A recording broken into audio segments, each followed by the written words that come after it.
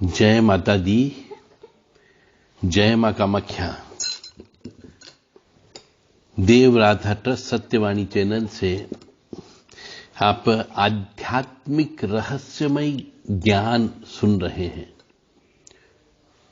गुरु ज्ञान गंगा नामक किताब से यह प्रवचन लिए गए हैं। इस किताब में अनेकों रहस्यमयी हमारे पुराणों में वर्णित जो कहानियां हैं उनका विश्लेषण दिया गया है। जो भी व्यक्ति चाहे इस किताब को मंगा सकता है। किताब अंडर प्रोसेसिंग में है। लिमिटेड एडिशन इसके छप रहे हैं। कवर पेज इसका बनना बाकी है। तो जो व्यक्ति पहले बुकिंग कराएगा उसी को ही यह किताब प्रदान की जाएगी। इसी तारतम्य में हम आज लेकर के चल रहे हैं गुरु ज्ञान गंगा नामक किताब के कुछ रहस्यमयी पन्नों से हमने ये चीज प्राप्त की है। सबसे पहले तो हिंदू सनातनी को यह ज्ञात होना चाहिए कि भगवान श्री रामचंद्र जी को 14 वर्ष का वनवास क्यों हुआ।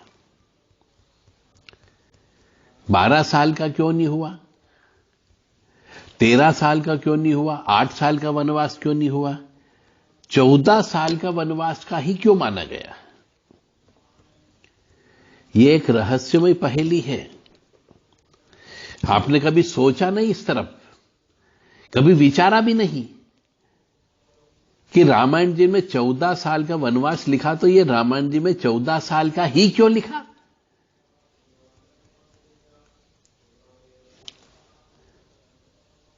और किस वजह से श्री रामचंद्र जी को वनवास जाना पड़ा। हमारे यहां पे कहा जाता है कि जो भी कर्म हम करते हैं, अच्छा कर्म बुरा कर्म, उसका फल अवश्य भोगना पड़ता है। तो चाहे भगवान ही क्यों ना हो, भगवान के रूप में अवतरित होने वाले कोई भी, इस मृत्यु लोक में आने वाले कोई भी पुरुष हो स्त्री हो, उसे अपने कर्मों का फल अवश्य भोगना पड़ता है।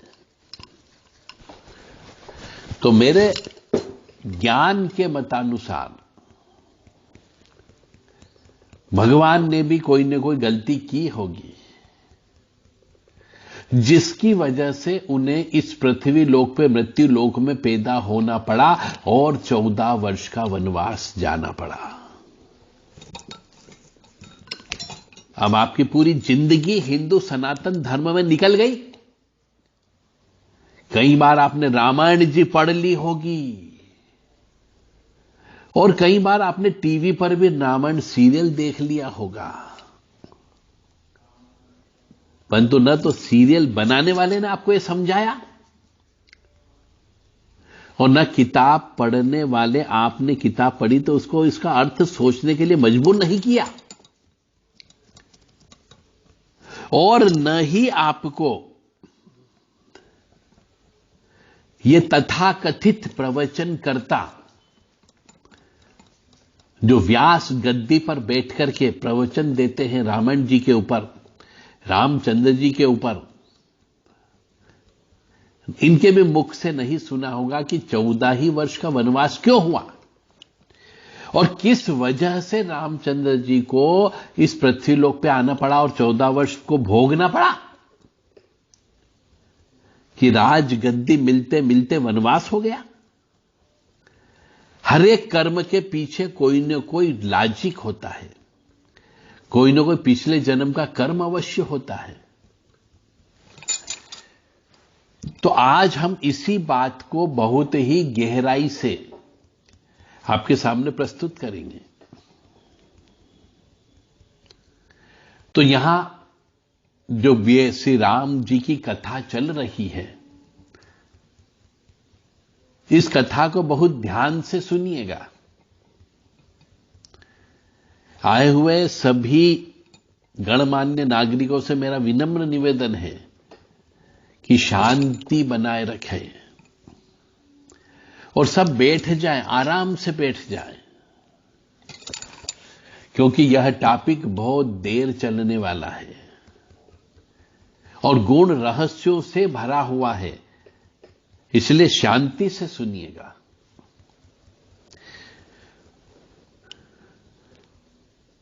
जब भगवान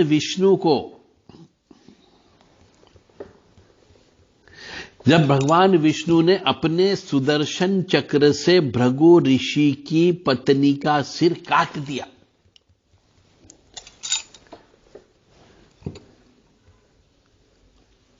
तो भृगु ऋषि को जब इस बात का पता चला कि उन्होंने, यानी भृगु ऋषि ने भगवान विष्णु को श्राप दे दिया कि आपको मृत्यु लोक जाना पड़ेगा और अपनी पत्नी का वियोग 14 वर्ष का वनवास काटना पड़ेगा।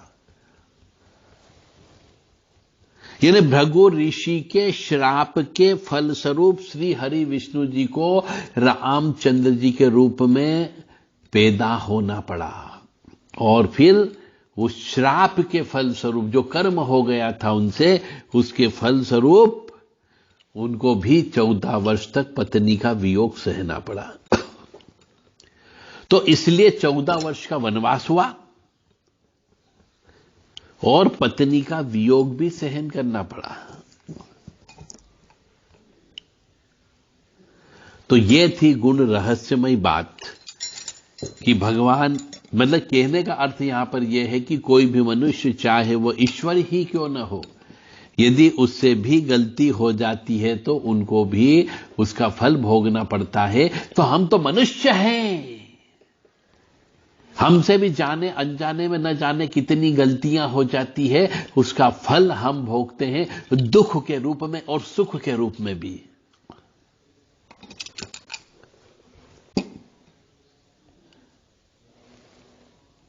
और यहां तक कहा गया है और गहराई में यदि हम जाते हैं तो कहते हैं कि केकई की वजह से भगवान राम को वनवास जाना पड़ा। तो श्री राम जी जो वन में गए उसके पीछे और कई बहुत सारे कारण थे, और जिसने रावण जी को बहुत गहराई से अर्थ सहित समझी हो, पढ़ी हो, वही इस चीज को समझ सकता है।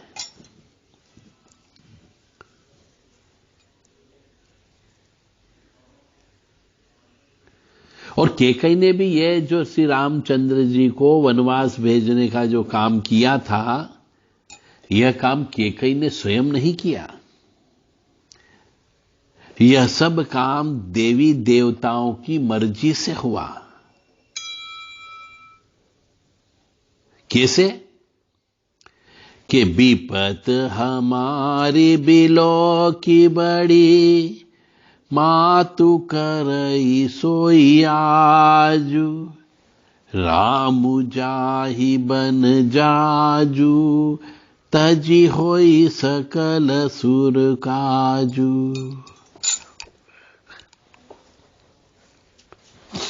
यानी भगवान राम का जन्म रावण वध करने के उद्देश्य से हुआ, पहली बात तो है, इसलिए भी उनको वनवास जाना पड़ा। अगर राम राजा बन जाते तो मां भगवती सीता जी का हरण कैसे होता, और रावण वध का जो उद्देश्य था, जो रामचंद्र जी को पैदा किया गया था, वो उद्देश्य अधूरा रह जाता। इसलिए देवताओं के अनुरोध पर देवी सरस्वती ने केकई की दासी मंथरा के सिर पर बैठ करके पूरी मति केकई की फिरवा दी।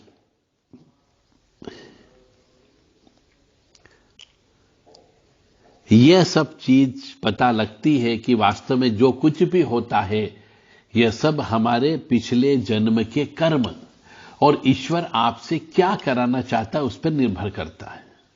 आप कुछ नहीं करते हो, आप तो केवल बड़े होते जाते हो, जिंदगी जीते जाते हो, वृद्ध होकर के मर जाते हो, पर जितने भी कर्म हैं वो सब ईश्वर आपसे कराता है। ईश्वर साक्षी है उसका। और आप पैदा हुए तब लिख दिया गया था कि आपको ये कर्म करना है। मंथरा की जबान पर देवी सरस्वती विराजमान हो गई, और जब मंथरा ने ऐसी बात की तो कैकेयी की मति फिर गई और राम जी को 14 वर्ष का वनवास हो गया। और दूसरा, जो रामचंद्र जी को, जैसा मैंने कहा कि श्राप मिला हुआ है, एक और श्राप है कि नारद मुनि के मन में एक सुंदर कन्या को देख करके विवाह करने की इच्छा जागृत हो गई। तो नारद मुनि नारायण जी के पास पहुंचे और हरि जैसी छवि मांगी। तो हरि का मतलब श्री हरि विष्णु होता है और वानर भी होता है। तो भगवान ने नारद को वानर मुख दे दिया। इसलिए कहते हैं कि जब भी भगवान से कुछ मांगो तो बहुत स्पष्ट तौर से मांगना चाहिए, उसका कोई द्विअर्थी संवाद नहीं निकलना चाहिए। जैसा कि नारद मुनि ने मांगा अपनी विवाह करने की इच्छा से कि मेरी जो है हरि जैसी छवि दे दो, तो हरि का मतलब विष्णु भी होता है और वानर भी होता है। तो भगवान समझे ये वानर का मुख मांग रहा है तो दे दिया। तो इसलिए कहते हैं कि भगवान से बहुत स्पष्ट तौर से मांगना चाहिए, कंफ्यूजिंग भाषा में बात नहीं करना चाहिए।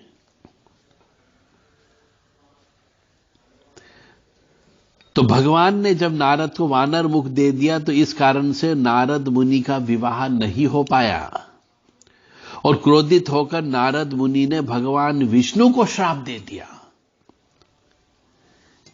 कि आपको देवी लक्ष्मी का वियोग सहना करना पड़ेगा और वानर की सहायता से ही आपका पुनर्मिलन होगा। और इस श्राप की वजह से राम सीता का वियोग होना ही होना था, इसलिए भी राम जी को वनवास जाना पड़ा। तो एक तो श्री नारद मुनि जी का श्राप लगने की वजह से आपको रामचंद्र जी को वनवास में जाना ही जाना पड़ा। और एक, जैसा मैंने पहले बताया आपको, ऋषि मुनि की पत्नी की चक्र से हत्या होने की वजह से भी रामचंद्र जी को वनवास भोगना पड़ा। तो हमारे यहां पे जितनी भी कहानियां बनाई जाती है, इन सब के पीछे कोई न कोई ज्ञान है।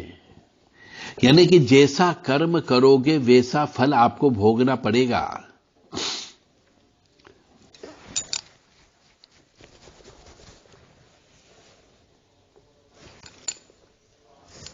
इसलिए भगवान श्री रामचंद्र जी को वनवास में जाना पड़ा। अब हम आते हैं और गहरे विश्लेषण की ओर चलते हैं, क्योंकि रहस्यमय ज्ञान है। गुरु ज्ञान गंगा नामक किताब से ये उद्धरण लिए गए हैं, तो आपको आनंद भी आएगा। हम कहते हैं कि पाप का फल ही दुख है, क्योंकि आपने पाप कर्म किया तो उसका फल दुख तो के रूप में मिलेगा ही मिलेगा। परंतु हम कहते हैं कि पाप का फल ही दुख है, जबकि ऐसा नहीं है। पुण्य मिश्रित फल में विघ्न बाधा उत्पन्न होकर के फल की प्राप्ति होती है। ऐसा कौन सा इंसान है जिसको संसार में कभी भी कोई भी काम करा हो और विघ्न नहीं उत्पन्न हुआ हो? यानी हर एक के जीवन में विघ्न बाधा तो उत्पन्न होती ही होती है। तो क्या भगवान श्री रामचंद्र जी महापापी थे, इसलिए उनको दुख आया होगा, 14 साल वनवास में रहना पड़ा?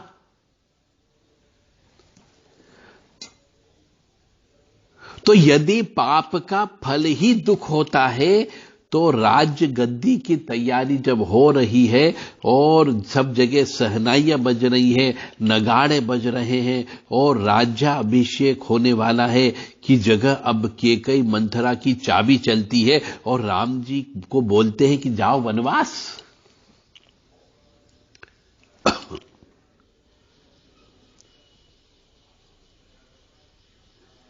तो रामचंद्र जी एक तरफ तो राज्याभिषेक की तैयारी देख रहे हैं, दूसरी तरफ उन्हें वनवास का सुन करके उनके चेहरे पर जरा सा भी शिकन नहीं आती है, उन्हें दुख नहीं होता है, उन्हें कोई भी राज्याभिषेक सुन करके हर्ष भी नहीं हुआ। और वनवास का सुन करके जिनके मन में शोक नहीं हुआ, वो तो भगवान है। दशरथ श्री रामचंद्र जी के पिता, दशरथ यानी दशरथ, 10 रथ के ऊपर बैठने वाले को कहा जाता है। यानी जीव आत्मा 10 इंद्रियों के बीच रमण करने वाला जीव कहता है कि अब इस हृदय की गद्दी पर जीव का राज्य नहीं है, राम का राज्य होना चाहिए। 10 इंद्रियां जिसको दशरथ बोला जाता है। तो इस 10 इंद्रियों के ऊपर जीव का राज्य नहीं होगा, यानी दशरथ जी का राज्य नहीं होगा, अब इस पे राम राज्य होना चाहिए। और गुरु बोलते हैं कि हां करो। और जब ऐसे करने की तैयारी होती है तो दशरथ को खुशी होती है, नहीं 10 इंद्रियों को खुशी होती है। दशरथ की 3 रानियां बताई गई है हमारे यहां रामायण जी में, कौशल्या, सुमित्रा और कैकेयी जी। यानी कि अब हम ये कह सकते हैं कि हमारे शरीर में ये 10 इंद्रियां रहती है, यानी काम, क्रोध, लोभ, मोह, मद, मत्सर, ईर्ष्या, तृष्णा, राग, द्वेष। ये 10 ये है, इन सब की 3 रानियां हैं जिसको हम सत्व गुण, रजोगुण और तमोगुण भी कह सकते हैं।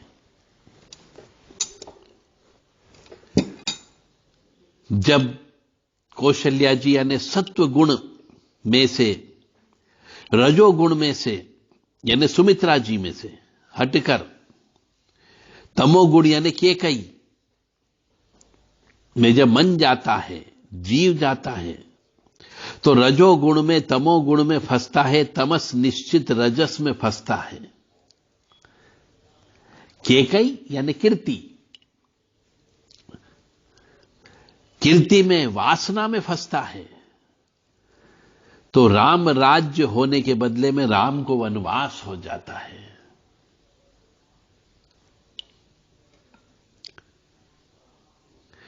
तो अब राम का राज्य नहीं, राम वनवास।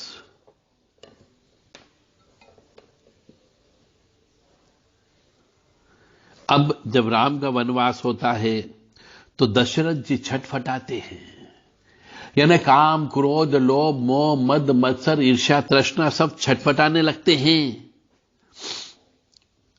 तो दशरथ जी चैन से नहीं बैठ सकते, यानी काम, क्रोध, लोभ, मोह, मद, मत्सर, ईर्ष्या, तृष्णा वाले मनुष्य कभी भी चैन से नहीं जी सकते। ज्यादा धन वाला, कम धन वाला, ज्यादा पढ़ा लिखा, कम पढ़ा लिखा, अधिक मित्रों वाला, कम मित्रों वाला, कोई मोटा व्यक्ति, कोई पतला व्यक्ति, कोई नेता व्यक्ति, कोई जनता वाला व्यक्ति, देखो सब बेचैन है, क्योंकि यहां पर राम को वनवास हो गया है।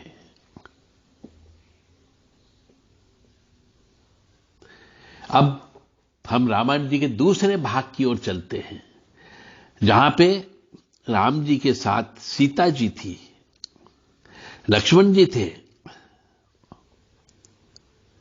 राम यानी कि ब्रह्म और सीता माने व्रती।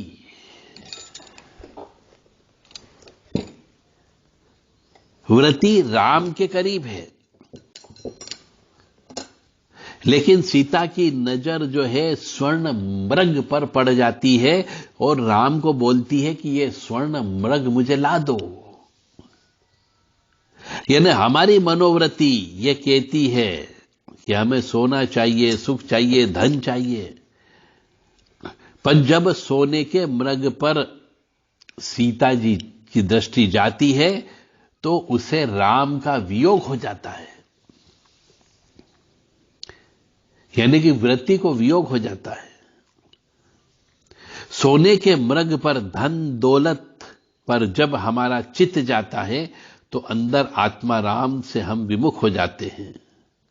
यानी जब हमारे पास धन धान्य सुख समृद्धि आ जाती है तो हम भगवान का नाम लेना भूख जाते हैं, भगवान से दूर हो जाते हैं। फिर लंका मिलती है, स्वर्ण मिलता है, सब कुछ मिलता है, परंतु शांति नहीं मिलती है। और यदि उसी वृत्ति को, यानी सीता जी को, यदि राम से मुलाकात करना हो तो बीच में हनुमान जी चाहिए, क्योंकि हनुमान जी ने ही राम जी सीता जी का मनन करवाया था।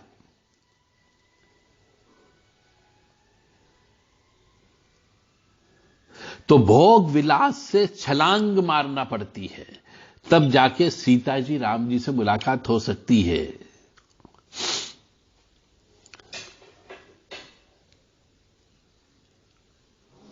इसलिए शास्त्र की बातें बहुत गुण रहस्यमय होती है।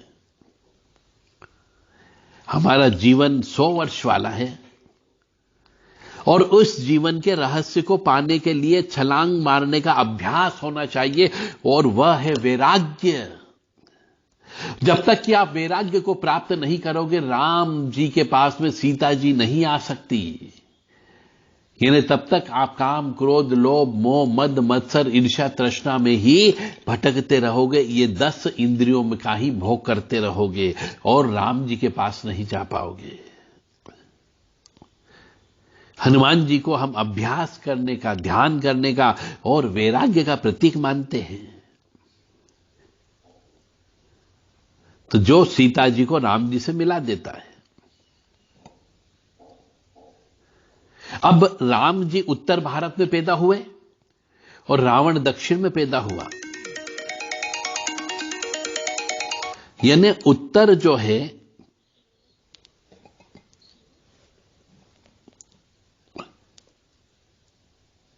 ऊंचाई है और दक्षिण नीचे है। ऐसी ही हमारी बहुत सी वृत्तियां जो है वह शरीर के निचले हिस्से में रहती, जिनको हम गुप्तांग कहते हैं। गंदी वृत्तियां होती है और जब हम काम से घिर जाते हैं तो हमारी आंख की पुतली भी नीचे आ जाती है। जब हम क्रोध से भर जाते हैं तो हमारी सीता नीचे आ जाती है और सीता रावण के करीब होती है तो बेचैनी होती है, ज्यादा समय रावण के वहां ठहर नहीं सकती।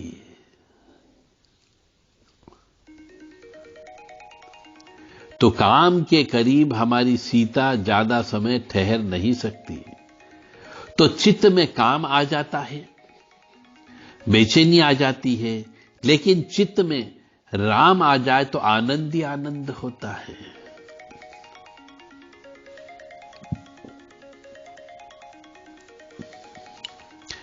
यदि हमारी वृत्ति में दृढ़ता है, राम के प्रति पूर्ण आदर है, तो काम हमें नचा नहीं सकता। उस दृढ़ता के लिए साधन और भजन है।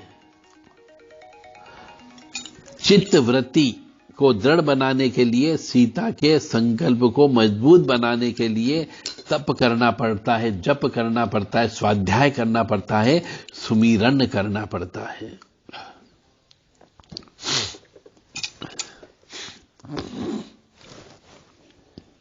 जब कामनाएं सताने लगती है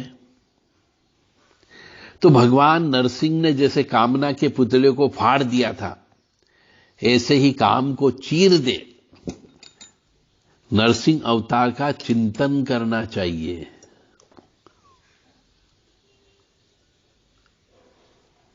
और बहुत से व्यक्ति तो कहते हैं कि रावण मर नहीं रहा था, और विभीषण से पूछा कि कैसे मरेगा, तो विभीषण जी बोले, नाभि में आपका बाण तब तक नहीं लगेगा जब तक वो रावण नहीं मरेगा। अर्थात कामनाएं नाभि केंद्र में रहती है मनुष्य के।